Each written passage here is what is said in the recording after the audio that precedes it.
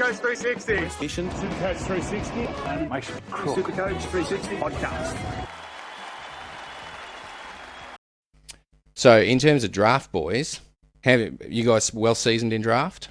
No, I'm pretty terrible at draft, to be honest. And I don't know if I've learnt much either over the last year of drafting, but we'll have a go. I don't mind having a go at it. It's a very different way of super coaching. You've got to look at so much more, if you know what I mean. It's everyone's on everyone. You can find out 1,000 things on 3 blokes in classic, whereas in draft you've really got to look thin down a bit further, where you are going to end up picking and choosing from blokes that you would much rather be getting 30s and 40s rather than 10s and 15s, you know what I mean? So draft is a different beast, and it's one that I think people, especially if you're a serious super coach, I think if you want to have some fun with your friends, and not everyone can have turbo and not everyone can have Nave, it's just a way to sort of break down your sort of skills on footy and what you sort of know about Supercoach, you know. It shows you where you're at. I came dead last in most of my drafts last year, so shows you where I'm at, and that's why I've got a list over here for you at home. And what about you, Con? You done draft before? Yeah, I've done it a bit.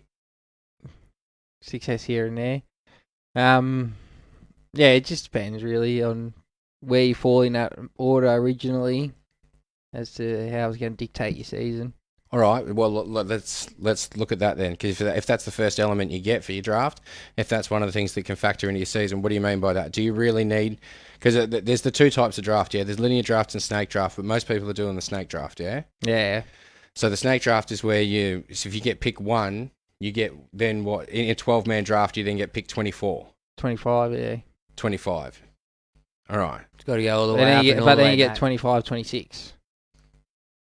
Oh, no, yeah, 24, 25, sorry. There you go. Maths, boys. All right, cool. So, yeah, and then obviously on the next one, you'd then be looking at, oh, here we go, being a smartass. Now, can you lay it down again? Pick 48 and 49. Yeah? Yeah. Yeah, okay, cool. Which, if you really do the math on that, it's getting thin. But that's it. And that's the first thing I noticed. I mean, I've done a couple of them in the last couple of years, and the joys are, but you get Turbo or Cleary. Most of the time, people take Cleary. But then who do you get as your second pick, or your second, third? Like, who are you realistically looking at once you've gotten through that top 25? You're looking at the last top-tier player, anyone maybe who's been missed. Well, you're right. Well, the thing is with draft... Okay, so drafting, yeah, like ideally... You don't want to be pick 12. Like, I was just pick 12 in a draft, and by the time it got to me, I had to start thinking where is it going to get thin first quickest, which was going to be hooker. Not many hookers, you know what I mean? To ideally pump out big points. Not many halves. There's probably really only 3 halves that you'll hang your hat on and say, right, well, they're the 3 best halfbacks. The rest of them are a tier down.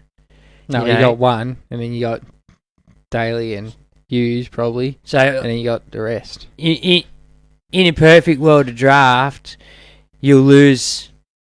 In my head, you'll probably lose a Turbo, a Nathan Cleary, then a Teddy, then probably a Pappenhausen, a Latrell, probably a David Fafita and a Munster. Then you're looking at some Angus Crichton. Or Harry Grant, Brendan Smith. Now, there goes your top 12 dudes straight away. So that's not even on its way back to you yet. You know what I mean? All right, hold on.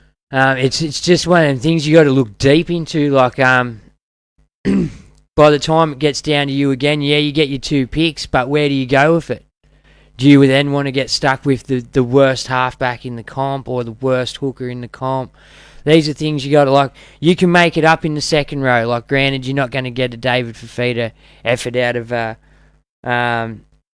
Lukey or a Mitch Barnett or someone like that, but they're going to do a decent job if they get minutes and stuff like that. Like, doing a draft this early is probably no good if you're doing it for cash, because you don't really know team lists and stuff. But if you're just doing it for fun with the boys and you just want to kill some time, it's good fun.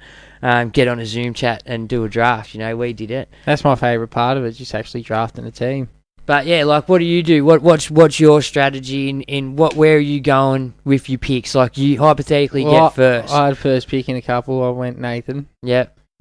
Oh, why? Why would you go Because Nathan? he's so far ahead of the next best, so I can't see that gap closing, but I can see the other fullbacks closing on Turbo. Yeah. So where did you end up getting?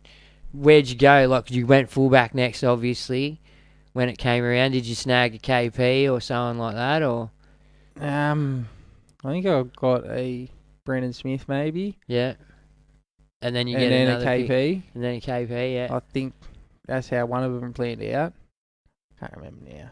Yeah, but that's where you went. You started filling up key positions. Yeah, I rather than always go for the spine your first. forwards and and then well, your backs you can interchange on matchups. Some of them, like Yeah. some of them, by the end you're littered with a bit of rubbish. like if I was falling as about 7th or 8th or somewhere around that mid-range bit, and Dave Fafita was still there, I'd probably snap him up first. Yeah. Just because how explosive he is. But Yeah. apart from that, I'm going for the spine first. Yeah. And you see, that's the same as me. I fill them roles as well. Like, you got to fill up your spine roles with at least people who can chug along with them, you know, with the key guys. Because you can sort of make it up elsewhere with stuff. And if you're quick on the waivers and if you're good with the free agencies and stuff like that, Yeah, pick your definitely. matchups, like, that's another key thing to draft. And like, you've really got to be on top of free agents, and you've really got to be on top of waivers. Because I think some drafts, if you're coming last, you get first pick no matter what. So you get the first cherry off the cake every week, which was me last year. And a couple of boys were like, what the fuck? He gets it every week. It's because he's a loser. But he deserves it. But yeah, that's just my take. Some people are different. Everyone's got a different draft strategy. Well, yeah, that's it. You can just pick, say, your best. Say you run out of positions somewhere, like in a key position, like the hookers or whatever, and you don't get a gun.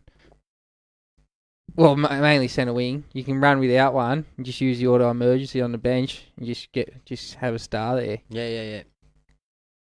Do you get that? Yeah. Supercoach 360 podcast.